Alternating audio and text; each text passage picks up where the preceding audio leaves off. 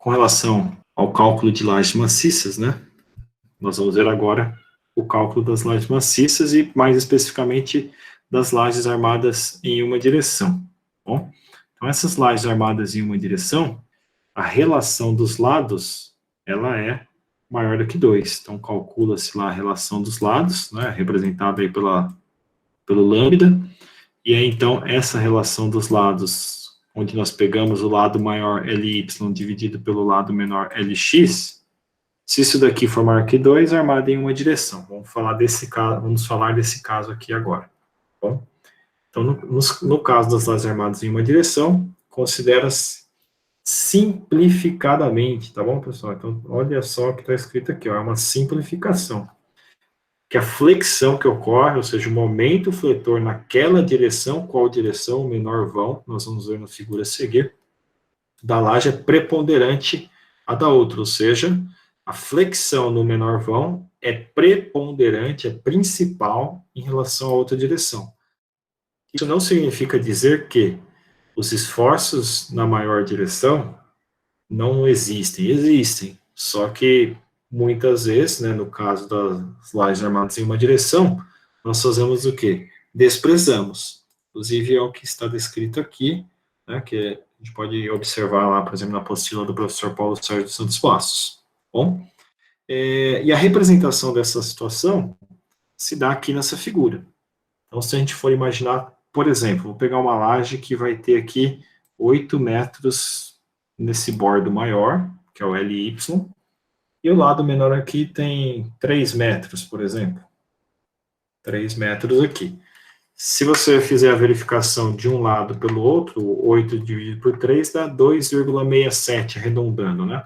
Com isso, se deu 2,67, o lambda é maior que 2. A relação entre os lados das lajes, ou no caso dessa laje, é maior do que 2. Isso significa dizer que ela é armada em uma direção. Qual direção que nós vamos armar? Preferencialmente aqui, olha só, na menor direção. Por ser uma laje maciça, os esforços serão preponderantes nessa direção. Repito, nós estamos falando de lajes maciças, não são lajes treliçadas. As treliçadas, a gente coloca a treliça na direção que quiser, apesar de ser bastante comum colocar na menor direção também. Agora, com relação à laje maciça, é sempre na menor direção. Ok? Se nós observarmos para esse exemplo, para essa figura que está aqui agora na tela, nós podemos observar o quê? Que esse bordo superior está representado por um engaste, né? Tanto no desenho em planta como numa representação em corte aqui, né? Também representado por um engaste. Então, isso significa dizer que esse lado superior aqui, muito provavelmente, existe uma outra laje, ou seja, tem continuidade, estão no mesmo nível, né, nos mesmos níveis, então por isso existe essa consideração de engaste. No bordo de baixo aqui, pensando na vista em planta, é um apoio simples, né, a linha cheia e a representação aqui também de um apoio simples, um apoio de segundo gênero, por exemplo, né. Então, com isso, acontece o quê? Provavelmente esse bordo de baixo não tenha continuidade, ou caso haja continuidade, é uma laje que está desnivelada, um desnível grande, qualquer coisa do tipo, né, que pode acontecer. Então, nesse exemplo, nessa figura, é uma laje armada em uma direção, do tipo engaste, tá? Apoio, certo? Do tipo engaste, apoio. Se é do tipo engaste, apoio, nesse exemplo aqui, nós temos o que? Automaticamente, nós vamos ter, devido ao engaste, um momento que vai estar aqui, um momento negativo, e claro, o momento positivo usual. Tá? Mas em função desse engaste, existe o momento negativo naquele trecho.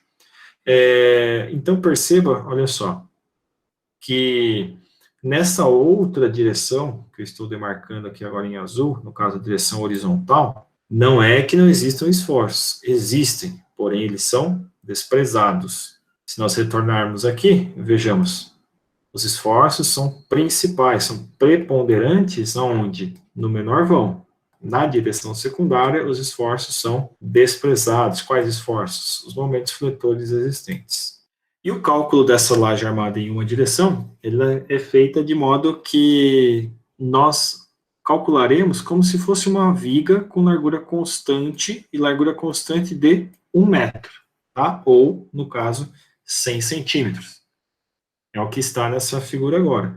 Então, quando nós calcularmos essa laje armada em uma direção, qual direção? A direção vertical, aqui nesse caso, né, representada pela seta vermelha. A largura dessa faixa de laje que nós calcularemos é de 1 metro, tá? Armada nessa direção vertical, nesse sentido aqui, conforme representado. A seta em azul, recapitulando, significa, demonstra que os esforços na outra direção que são desprezados por ser uma laje armada em uma direção apenas. Então, para essa mesma laje aqui, quer dizer o quê? Que nós calcularemos essa laje com esse vão de 3 metros, ou seja, o L aqui, né? Na hora de verificar esse L ele vai ter 3 metros, que é a largura que foi definida aqui à esquerda, né? Para o exemplo. O vão será de 3 metros, só que a largura que nós consideraremos no cálculo é para uma faixa de 100 centímetros ou 1 metro, como está descrito lá embaixo. Quer dizer, então, que eu preciso calcular 8 vezes essa laje porque ela tem 8 metros? Não. Nós não vamos calcular ela 8 vezes. Nós calculamos uma vez só, considerando essa uma largura de 1 metro, e o resultado do cálculo dessa largura de 1 metro a gente extrapola para a laje inteira, tá bom? A depender do tipo de borda que nós temos, por exemplo, lajes apoiadas, consideradas apoiadas nos bordos, lajes consideradas engastadas nos bordos ou apoiada engastando e assim por diante, nós teremos formulações diferentes.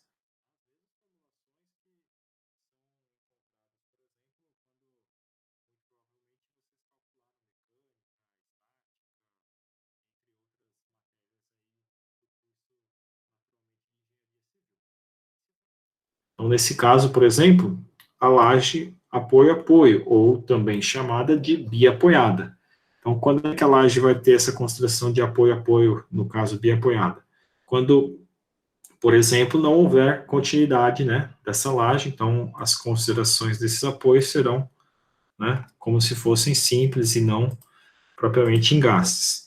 Se eu tenho essa configuração de apenas apoio simples, automaticamente nós só temos o momento que normalmente nós chamamos de positivo aqui para baixo do diagrama, e o momento máximo nesse ponto é representado por essa equação aqui, a mesma apresentada no slide anterior, tá? Para o caso de apoio simples ou biapoiada. Inclusive aqui nessa figura apresenta a importante, né, que vai ser importante para a gente definir qual é a carga que a laje distribui sobre a viga que a recebe, e os esforços de momento fletor, né, da deflexão, através dessa equação. PL ao quadrado sobre 8, L é o vão, e P é a carga distribuída, né? Observem aqui, Pzinho, né? P minúsculo é a carga distribuída.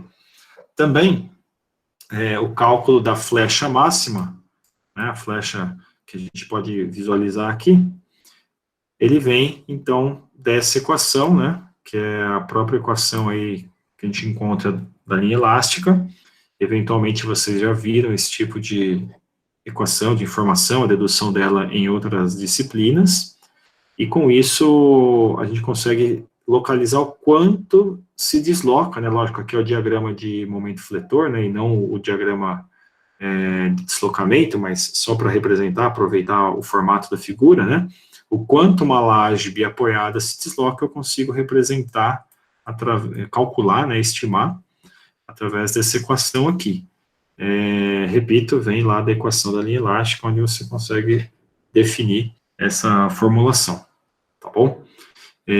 Isso, conforme nós calcularmos, fizermos outros exemplos, visualizaremos o cálculo dessa flecha, que é o deslocamento vertical, né? Lembrando, recapitulando, flecha é o deslocamento vertical que essa laje pode ter, laje ou viga, por exemplo, e que muito provavelmente, principalmente numa laje biapoiada, ou numa viga biapoiada, esse deslocamento máximo seja exatamente no meio do vão. Tá? Se a gente está falando de carga distribuída, carga constante, igual é o caso aqui dessa figura, ela é constante ao longo de toda a viga, vai ser no meio do vão. Se nós tivermos uma carga pontual, por exemplo, em determinado trecho, e essa carga pontual for muito considerável, aí, lógico, o ponto de deslocamento máximo e até mesmo a flexão máxima, ela pode se alterar, tá?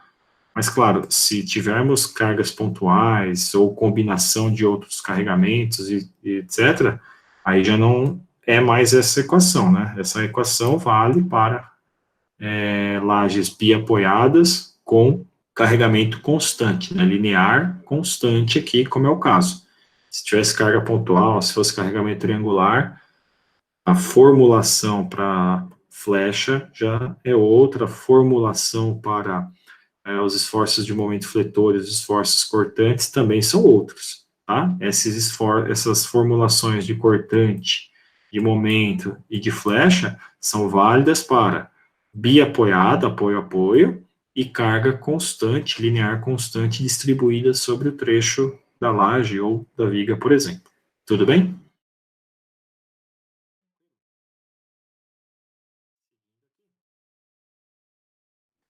Temos então também o caso onde temos o caso da apoio-engaste, né? Então, de um lado apoio e do lado esquerdo aqui, nesse caso, engaste, ou poderíamos chamar de engaste-apoio, né? E aqui acontece da mesma forma que no slide anterior, eu tenho um momento positivo máximo, tá?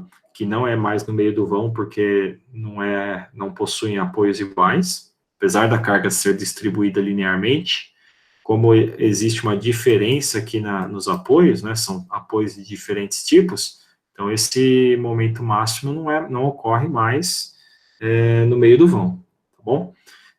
As formulações de cortante também ocorrem aqui, são perceptíveis. Percebam que o lado direito, que é o lado do apoio simples, a cortante é menor do que o lado esquerdo, né, que é um engaste. Lembrando que o engaste, se compararmos o engaste com esse apoio de segundo gênero, o engaste é um apoio mais rígido, digamos assim, ele acaba tendo 3 restrições aí dos graus de liberdade, restringe mais graus de liberdade.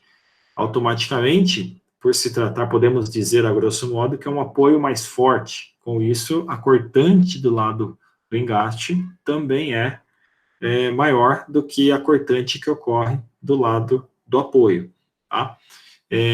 Por se tratar de um engaste, automaticamente a gente acaba tendo também um momento negativo, né? O momento positivo eu já havia falado.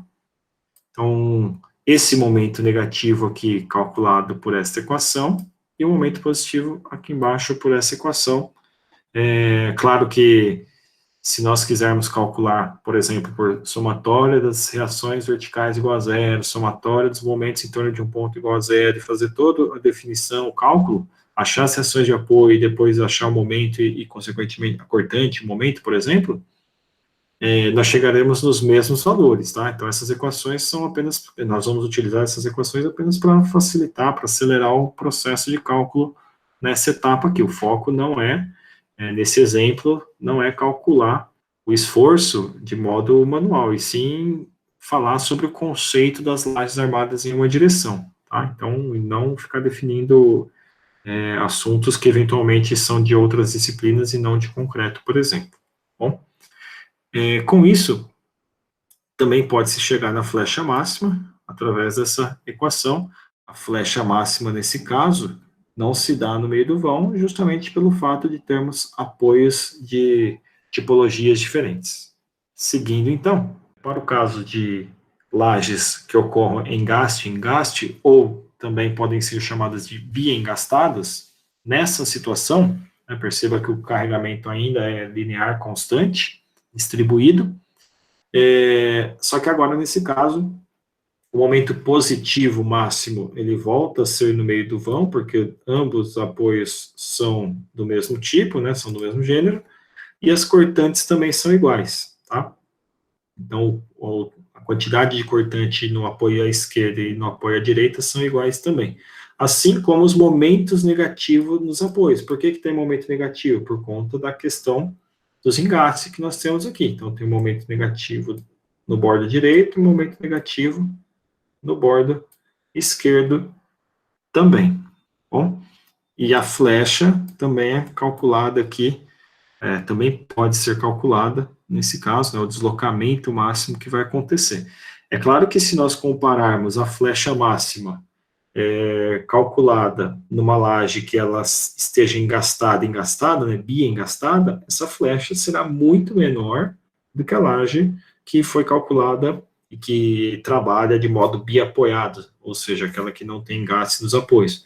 Uma laje biapoiada é muito mais flexível, digamos assim, ela vai deslocar verticalmente, vai ter uma flecha muito maior do que uma laje que esteja bi-engastada. Se você trabalhar com elementos que estejam, lajes que sejam bi-engastadas, certamente você terá um deslocamento nessa laje muito menor. Consequentemente, né, deslocamento, eu estou falando de flecha. Percebam que, nesse caso, a ordem de grandeza do momento positivo máximo é exatamente metade do momento negativo nos apoios. Bom, então, enquanto nós temos aqui dividido por 12, no meio do vão está dividido por 24. O momento positivo é menor que o momento negativo nos apoios. Bom, então aqui um outro caso, um pouco mais particular, que é o caso dos balanços. Se eu tenho uma laje em balanço, uma sacada, por exemplo, que é o caso da figura aqui em cima, a representação se dá dessa forma, ou seja, essa é a região de apoio dela que está engastada, a carga distribuída linearmente, lembrando que essa carga sobre essa laje é o P minúsculo, né, representado aí pelo Pzinho minúsculo, e aí com isso, o vão também, o vão desenvolvido dessa laje, nós temos aqui, esse vão sempre aí representado pela letra L, né, podemos observar na equação aqui à esquerda, PL ao quadrado sobre 2, bom, ou seja, se você for calcular o carregamento, né, basta achar a resultante, né, ou seja, P vezes L, a resultante vai estar exatamente no meio desse vão aqui, né, P vezes L, aplicado aonde? Exatamente no meio do vão, exatamente onde? L sobre 2, então P vezes L multiplicado por L sobre 2, nós temos aqui, ó, PL ao quadrado dividido por 2, tá? É a mesma formulação para achar o momento. Nesse caso, a flecha descoberta, detalhada aqui por essa equação, ou seja, o quanto ela vai se deslocar na ponta do balanço, né, porque a deformada, que é deslocada, digamos assim, dessa laje, vai ser mais ou menos isso, tá? Então, essa ponta do balanço, quanto que ela desloca, quanto que é essa flecha aqui na ponta do balanço? Essa ponta do balanço representada, então, pela flecha que nós temos aqui. No caso do cálculo dos esforços cortantes, também conseguimos verificar a cortante nesse apoio à esquerda, que aí basta pegarmos aí o P, né, esse P minúsculo, vezes L, né, que é a reação de apoio praticamente, né, P vezes L, eu tenho o esforço cortante para essa laje, nesse caso aqui, tá bom? Então, com isso nós temos laje biapoiada, laje apoiada engastada, laje bi-engastada e laje em balanço, com as definições das equações utilizadas, claro, para lajes armadas em uma direção, no caso.